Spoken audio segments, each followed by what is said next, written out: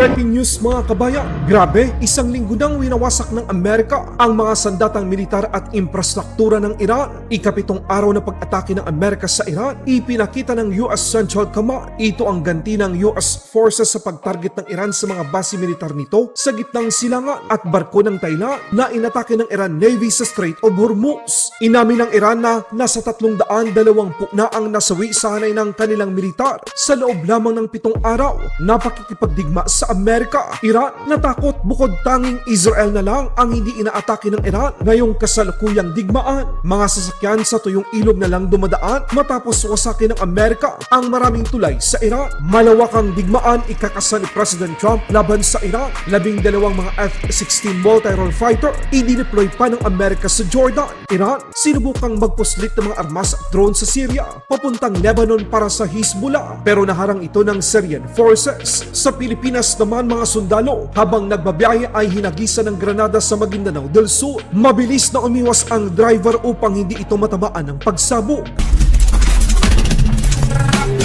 Ikapitong araw ng pagsalakay ng Amerika sa Iran, inilunsad nitong 17 ng Hulyo taong kasalukuyan. Tinumaan ng puwersa ng Estados Unidos ang mga surveillance sites, military logistic infrastructure, imbakan ng mga armas sa ilalim ng kalupaan at marami pang iba. Ginamit ng puwersa ng Amerika ang mga eroplanong pandigma, mga drone at mga barkong pandigma bilang karagdagang suporta.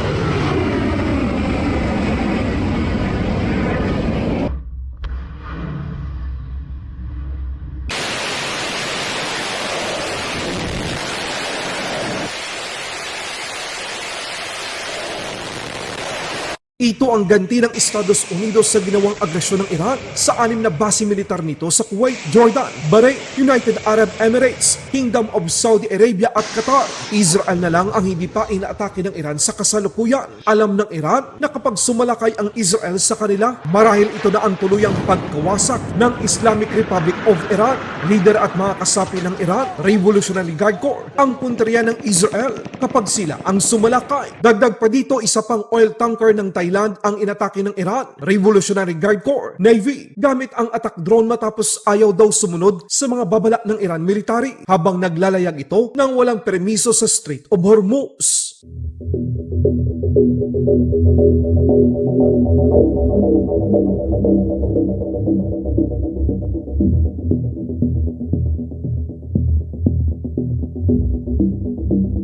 Malaking problema naman ngayon sa Iran ang kawalan ng maayos na tulay sa ilang bahagi ng bansa matapos wasakan ito ng Amerika. Makikita na ang mga sasakyan sa Iran ay dumadaan na lang sa tuyong ilog upang makatawid ang mga ito.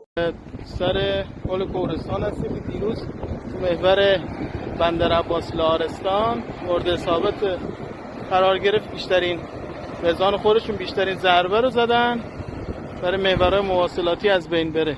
خدا رو شکر صف رو میبینید هم رفت و آمد برقراره. اینم محل اصابت. آدم وقتی این صحنه رو میبینه شاید ناراحت بشه زیر ساختش رو دارن میذارن، ولی حقیقتا یادش میاد که این پر رو خودمون ساختیم، جاده ها رو خودمون کشیدیم. خیلی از جایی که امروز داریم رد میشیم با دست همین مردم و مهندسای ساخته شده.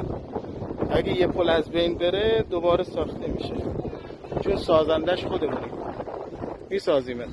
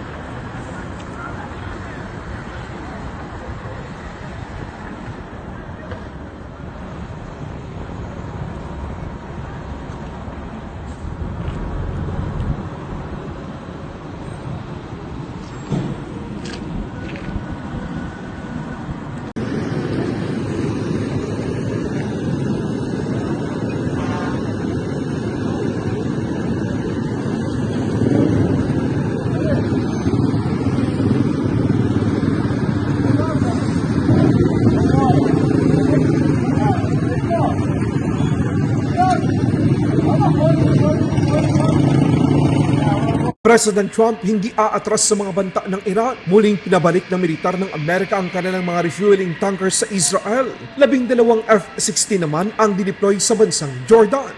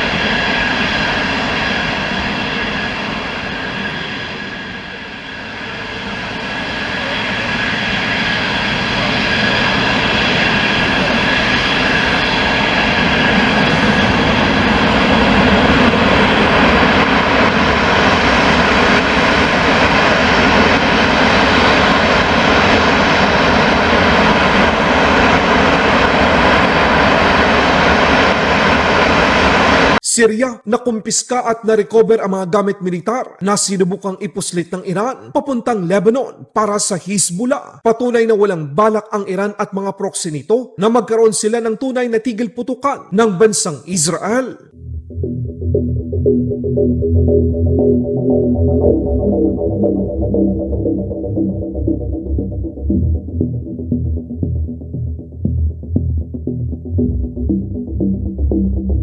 Balitang Pilipinas naman tayo mga kabayan, isang convoy ng 2nd Scout Ranger Battalion at Special Operation Command ng Philippine Army sa Sheriff Aguac, Maguindanao del Sur ang hinagisa ng granada ng hindi pa nakikilalang mga sospek dahil alerto ang driver ng sinasakyan ng mga sundalo kaya naiwasan ito ang mas malalang pinsala. 2 Army personnel at 3 sibilyan ang sugatan na ngayon naman ay patuloy pang nilalapatan ng lunas. Sinasabing habang binabaybay ng Army Kiam Truck ang lugar para umanong mamalengke sa bayan ng Isulan, Sultan Kudarat Province, 2 lalaki ang sakay ng motorsiklo ang sumulpot at agad na humagis ng pampasabog. Aktual na video, panoorin.